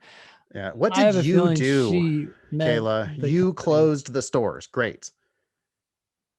But you don't need to then, she's like protesting way too much. She's like, it's because of COVID and it's the unfortunate reality required for the overall business to survive. And we had to mitigate and alleviate company wide risk and my family's financial concerns. Yeah, no shit. You had 8 Supercuts franchises in the middle of COVID. You had to cut 2 of them. We understand why. You're just repeating yourself. There's no Kayla in this, there's no action in this. The problem with this is like you have something amazing to say, and unfortunately, you're going like 5 steps beyond what you need to, and now we hate it. Yeah, I really, I do. It's the problem with overselling. It's Yep. Well, it's too many conclusions and not enough facts. And yeah, here now we get into something that I actually like. okay. To facilitate the 2 closures, I discontinued utility services and negotiated buyout terms, saving $30,000 in rent expenses. Notice that she's using the dollar sign and the word dollars there, Mm. which obviously is a no good. But by the way, you would use the dollar sign there, not the word Oh, dollars, right? 100%. Yeah, yeah, I would. Yeah. Okay. Yeah, and notice this is a fact and it's specific. It's impossible to argue with. And it Right. shows you negotiating, which is amazing. Yeah. Now you're taking action with real world implications of, you've saved X money. Great. I also deliberated. I don't think this is going to be the right word. I also deliberated with the landlords of the other 6 stores in order to settle the lease agreements for the remainder of 2020. Pick a different Del- word. Deliberated ain't yeah. it? That sounds like you're Ultimately, sitting around a table like what should we do? Let's think about this. No, you're negotiating. yeah, you're asking. You're not a council of judges. You're not a jury. You're not deliberating. You're negotiating. Ultimately, you know what they did there? They were going to say negotiated twice and they went into the thesaurus and they found deliberated as a synonym for negotiated, and they decided to go with deliberated, but it's not right. Yep.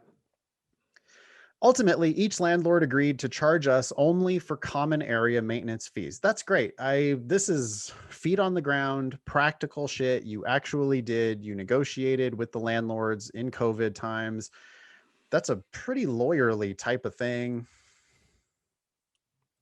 I'm on board with that fact. Yep.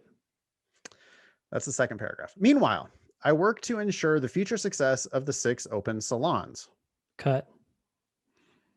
Yeah, I mean, here and there, you can get away with that type of little introductory thing to like tell us that this is what you're going to tell us. But you're not really telling us. So you could have probably just got right to it.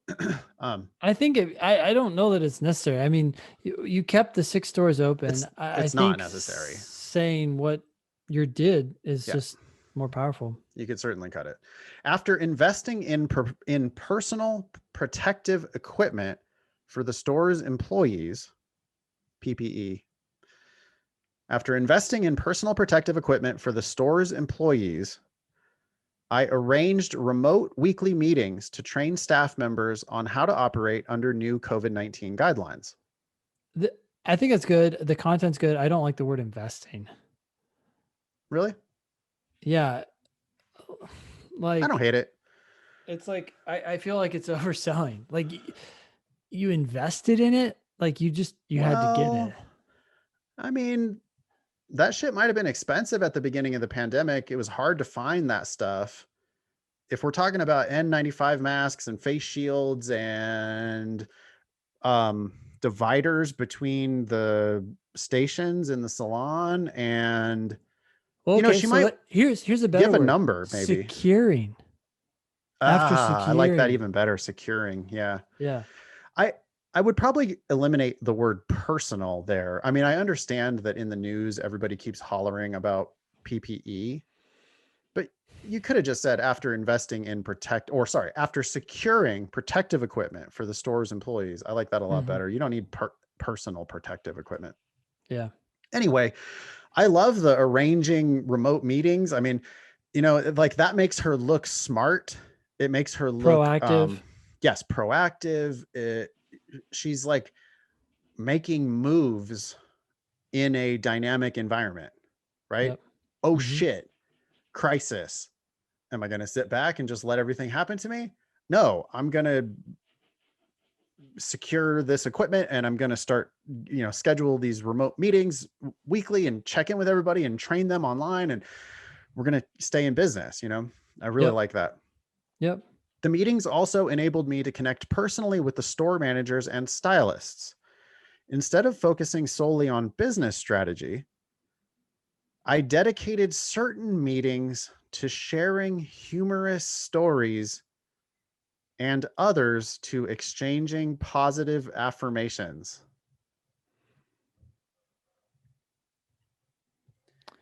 I like this sentiment. Actually, I think it shows that it actually is a business strategy. You're like trying to make your employees feel good despite the challenges, but I don't love the wordiness of this sentence. Right. Maybe cut instead of focusing solely on business strategy. You could just say, these meetings gave me an opportunity to, these meetings gave us an opportunity. Yep. To share humorous stories and exchange positive affirmations. That's fine. You can make that sentence way shorter. It makes you sound like a good leader, but it's not overselling. It's less overselling. Exactly. Yes, there is a lot of overselling going on in this thing. Yeah. Through my open dialogues, cut, overselling. Yep. The employees at each of the 6 salons became invested in supporting one another's business achievements. More stylists were sending their managers recommendations for employee awards, as well as referring customers to their colleagues. I don't like the first part of it because it's a conclusion. I think you're packing too much into that one sentence too. You could have had 2 separate sentences there. One about the recommendations for employee awards. You could have just said, as a result of these meetings, it's almost like, I actually wouldn't even say that because that becomes a conclusion. Just say it. Just say we had these meetings and then like more stylists, or no, I know. Instead of as a result, you say after we started these meetings, So it's factual, right? So it's really hard to argue with it, but people would come to the conclusion, they're like, oh, it must have been because of those The meetings, reader as opposed to reaches the forcing it. conclusion that it's because of your actions. You just say Yep. after, which is a fact, Mm-hmm. and then the reader goes, "Oh wow, that's so cool!" Like it's like it's awesome because it's good news. There's Yeah. so much bad news in people's personal statements, and now that becomes good news, where it's like more stylists were sending their managers recommendations for employee awards. Yep. More stylists were referring customers to their colleagues. I mean, you wouldn't probably start both of those sentences with more stylists, but those are Yeah. two good facts that happened after your action. And you just say, this is what happened. And then the reader goes, oh, because of you. Yeah. As opposed to you forcing it down our I like that. throats. Yeah. I then created the triple combo to motivate and encourage the stylists further. Triple combo is capitalized. Well, yeah, she created it. She's given it a proper noun status. We need a Um, TM mark here. yeah. Okay. What is this now? The triple combo makes it such. Oh, makes it such that. Oof. Come on now. Come on, Matt. Yeah, no shit. I'm like expecting, like, I've got Matt on the hook for all this. The triple combo makes it such that any stylist who completes 2 services and sells a product receives a $5 bonus. In the months after I created the triple combo reward, the stylist's sales increased 5% and the number of returning customers increased at all 6 stores.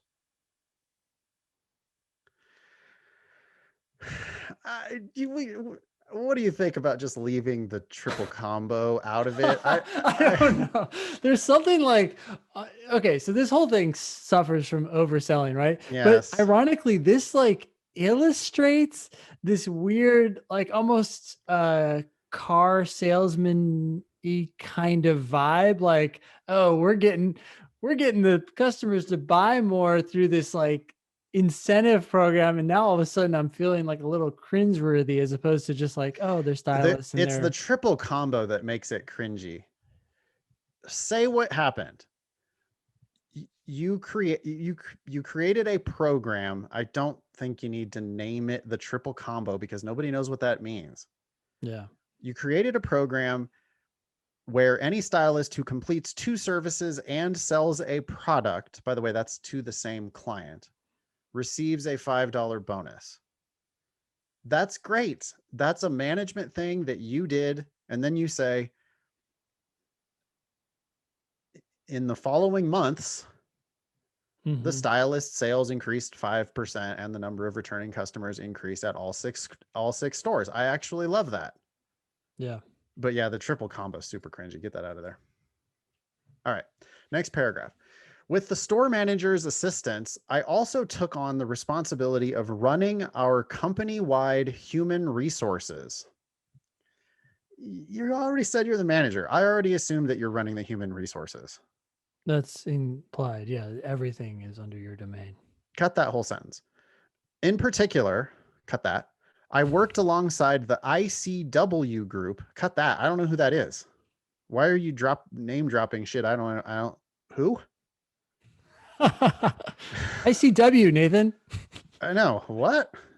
I worked alongside the ICW group to get a stylist who fell while working at Supercuts the appropriate coverage for her injuries. You're going to have workers' comp issues when you're managing these stores. What did you really do here?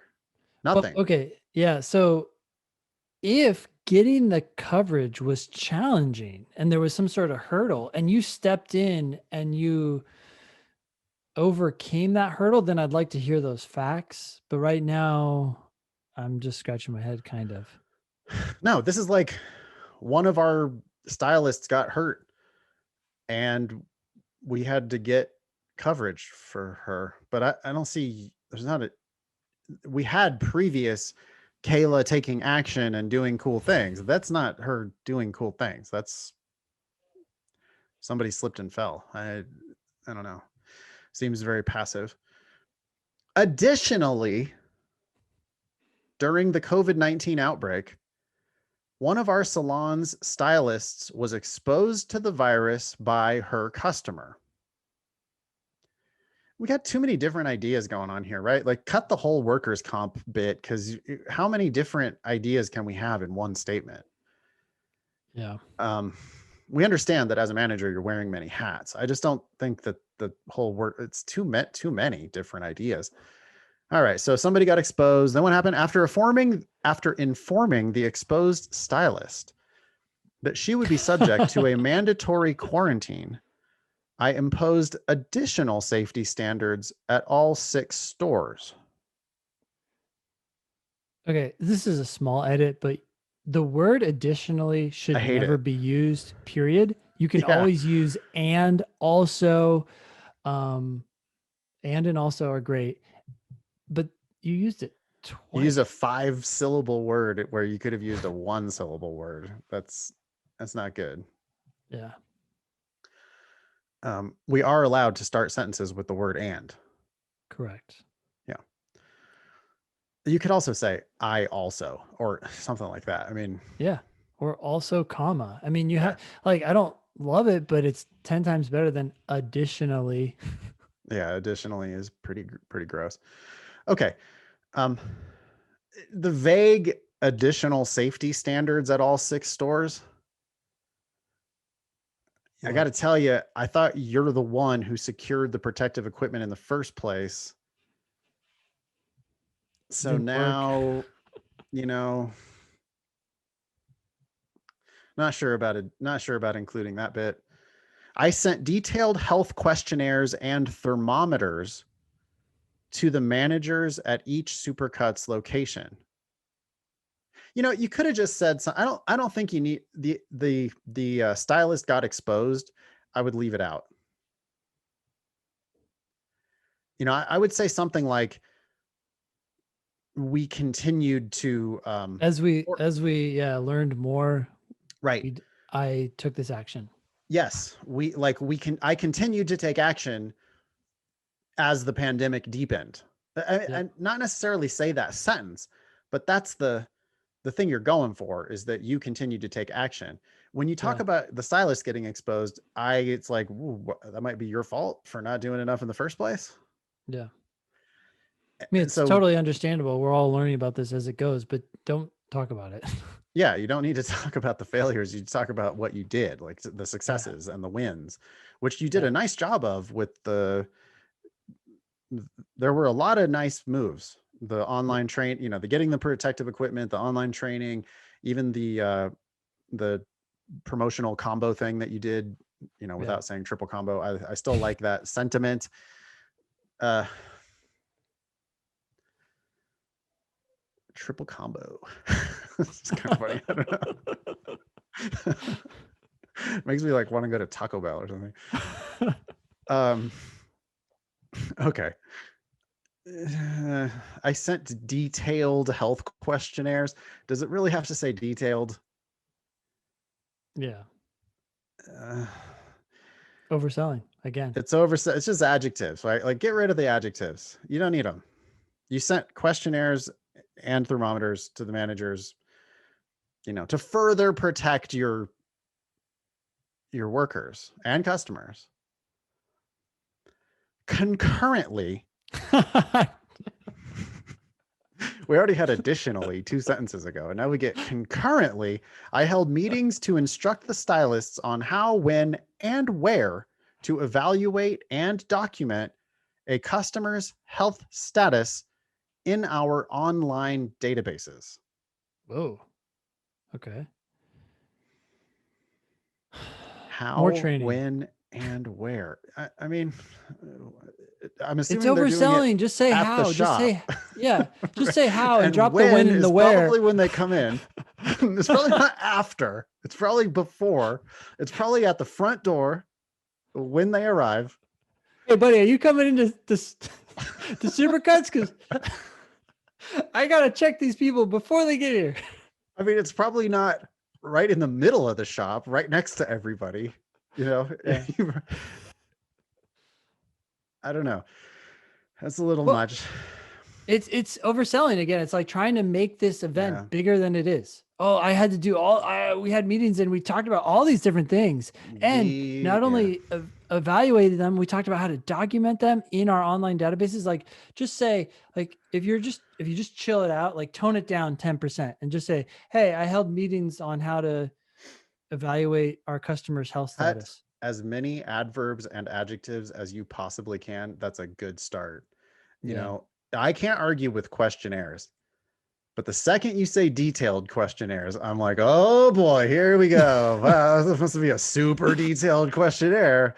And is You even that know, a good call? Like, how much information are you asking for, and will people how many fill it out? questions were really on the supercuts questionnaire?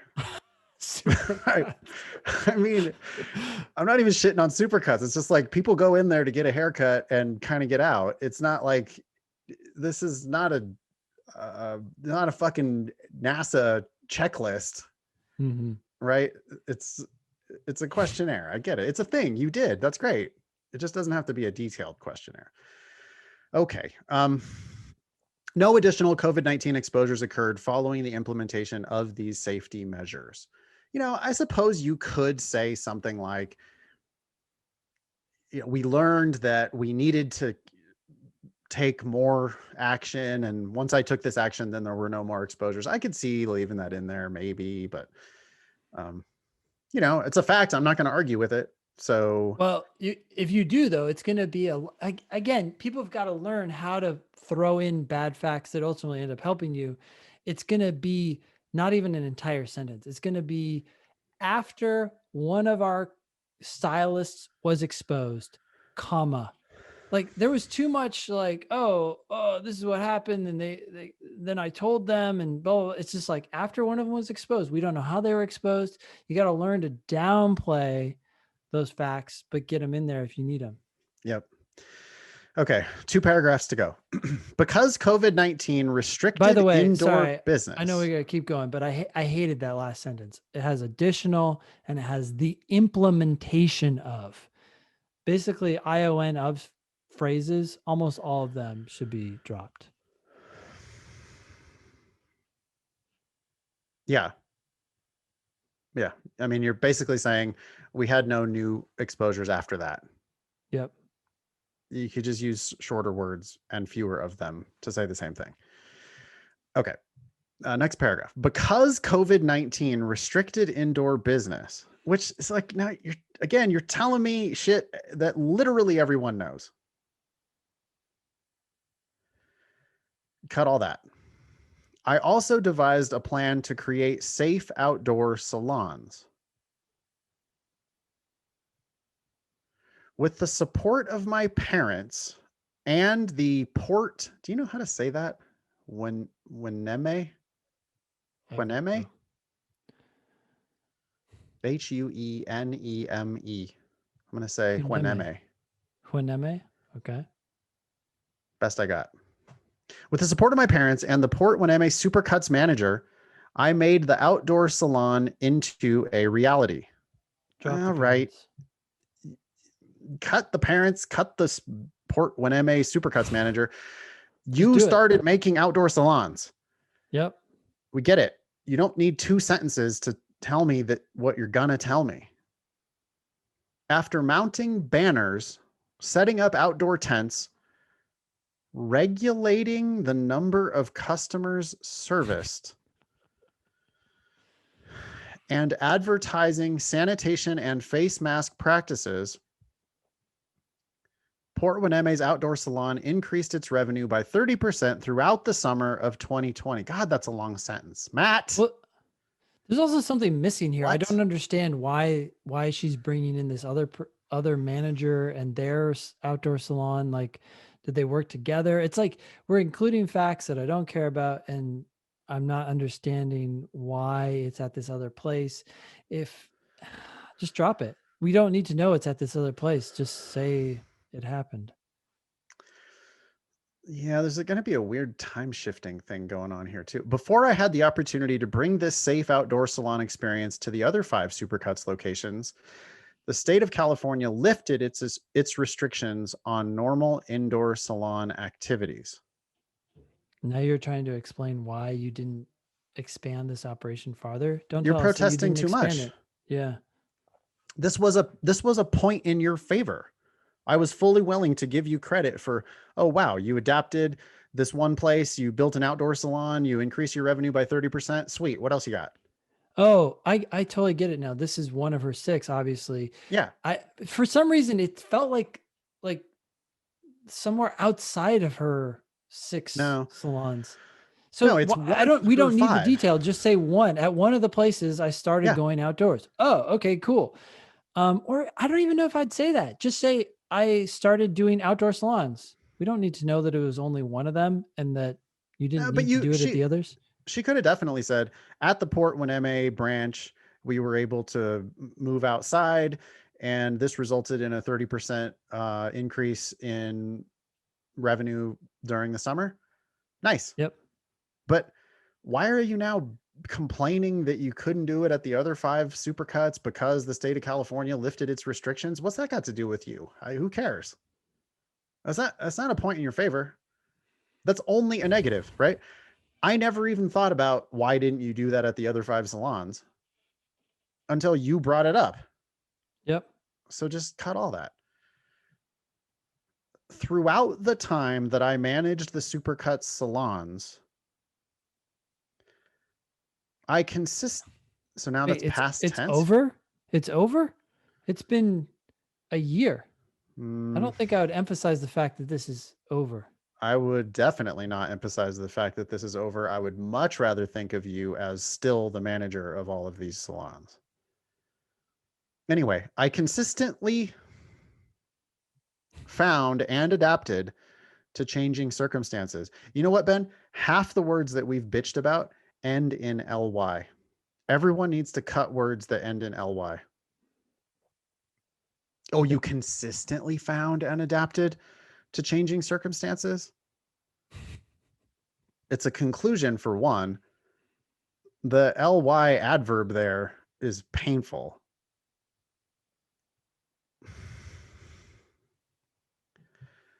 I addressed financial deficits, improved work culture, boosted sales, and explored alternative business models in light of COVID-19 regulations.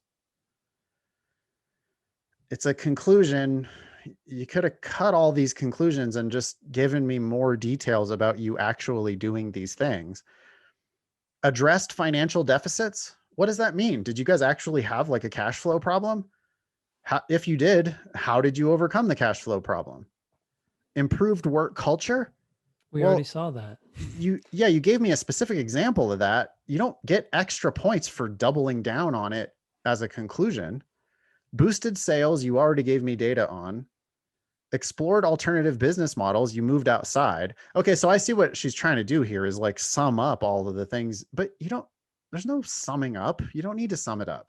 No, again, it oversells. So then all of a sudden, all these facts where I was like coming to the conclusion that you did all these things and you're impressive now makes me look at your conclusion and say, did you actually meet it? And like I explored alternative business models. You did one. You went outside. Right, it's I overselling. I agree. Wait, yeah. Just cut your conclusions. You don't need them. Yep. Yep. Moreover, my appreciation for the intersection between business and the law grew as a result of my experiences. Oh, here we go again. Negotiating leases, collaborating with staff members, following government safety regulations, and solving problems in human resources. You don't need to tell me again all of the shit that you already told me. This is a total waste of space. I also don't like the word appreciation. I think people should just say, I'm interested, or from these experiences, I realize that I'm interested in pursuing, you know, something about law and look forward to doing so. I don't know. Just keep it This short. the second you said you managed multiple franchises, I have no doubt that you have done shit that is lawyer adjacent. You don't need to Yep. tell you just don't like you can give me the details of things you did, but you don't need to oversell with now you have an appreciation for the intersection between business and the law. Like, yeah, I one, you don't really because you haven't been to law school. You're not a lawyer. So, you don't even know half of what you think you know. So don't bother telling me that. But two, business and law are like this, and you're in business. So you don't need to like explain to me how it's connected to law. Yeah. Right? The reader of this essay knows much more about the connection between business and law than you do. Um, as such, boy, she loves to start sentences with like a connecting word. She thinks she needs these words to like connect the flow or something, but you don't. The ideas are adjacent. You don't. As such, I have a heightened inspiration to pursue law school. M dash along with similar business and legal interactions. Wait, that The doesn't fuck even does make that sense. even mean? Yeah, I don't know. M dash at a higher level. Oh, well, they're getting that last phrase from us. But I want to point out something about this sentence. Not only does it not make sense and uses the word inspiration, which is essentially the same as passion. Right. The phrase as such, I did legal writing consulting for 5 years, right? Well, that's a phrase that attorneys use a lot because they say therefore and thus a lot, right? But bad news, not the best attorneys use that phrase because that is incorrect. You can't use as such to mean therefore, and that's what she means here. So just for everyone out there, if you're going to end up as a lawyer, don't use as such in place of therefore or thus. It does not mean that. This whole last paragraph needs to go. I mean, that's really just straight conclusions. There's no new facts there. It's all just conclusions. You could have said one sentence, one short sentence. If you want to wrap it up with one short sentence, just like, you know, I look forward to something in law school. That's fine. Yeah. But this like lofty, bloviating, overselling, appreciation and inspiration for the interactions of business and law, blah, blah, blah. Like, you're not saying anything. So you should just say a lot less. Yep. Lots of good stuff here, Kayla. I'm sure you can add more facts where you're actually taking actions, and then you just got to let the reader reach all their own conclusions. You're like overselling it by 900% here. Yep. Still one of the better personal statements we've read on the show, I would say. Oh, and the potential content is I couldn't ask for anything better. It's got the content. It See, just but the needs thing to. is, like, the second she said, I mean, and it could have been in the first sentence, I managed 8 Supercuts franchises during the COVID-19 pandemic. Oh, mic drop. End of personal statement. Yep. I mean, what do you think, Ben? I think she should cut my family from it. Oh, yeah. I would That take it out. undercuts it, right? Yeah. It makes It it makes seem it like, look oh, like, she got this job because of her family connections. We don't need to know that. You manage these 8 supercuts. End of story. yeah, it's fine that you did. Or it's fine that you did get that gig because of your family, or it's fine that it's connected to your family. But your family doesn't need to be mentioned in this statement. You're the manager of 8 Supercuts, well, now 6 Supercuts franchises. Leave them out of it. And somehow please don't let them know you're not doing it anymore. It's Right. to me it's strange. It's like you did this job for 10 months. You were killing it. Why are you not doing it anymore? I totally agree. Yep. Yep. Okay. What do you think? We probably proposed cutting about half of this. Yep. You're going to have to add a lot more facts So she's going to need another anecdote or 3. or more details for some of these facts. People just, details are just so, they stick in people's minds. I want more. Totally. Yeah, there's lots of places where you could have given me more specifics. All right. I think we got to wrap it up there, huh? Yep. All right. We're on Facebook, Instagram, Twitter, YouTube. We're at Thinking LSAT and at LSAT Demon, just about everywhere. Leave us a review on iTunes if you like the show. It's really the only way people find us, word of mouth. So please jot down a few notes on iTunes if you haven't already. We really appreciate that. Help at Thinking LSAT is the email address if you would like to propose a pearls versus turds for the show, or an excuse of the week for the show, or if you would like to suggest a highlight from one of our episodes.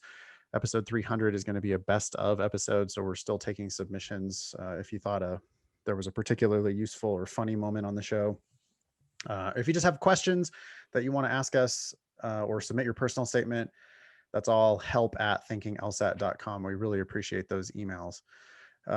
Help at lsatdemon.com if you want to know anything about the LSAT Demon. Just go to lsatdemon.com and start a free trial, by the way. There's a shit ton of very helpful stuff there at LSAT Demon. It's not even a free trial anymore. It lasts forever, and there's lots of great stuff there. So please jump on board at lsatdemon.com. That was episode 285 of the Thinking LSAT podcast. Thanks to all y'all for listening. Nice knowing you. Don't pay for law school.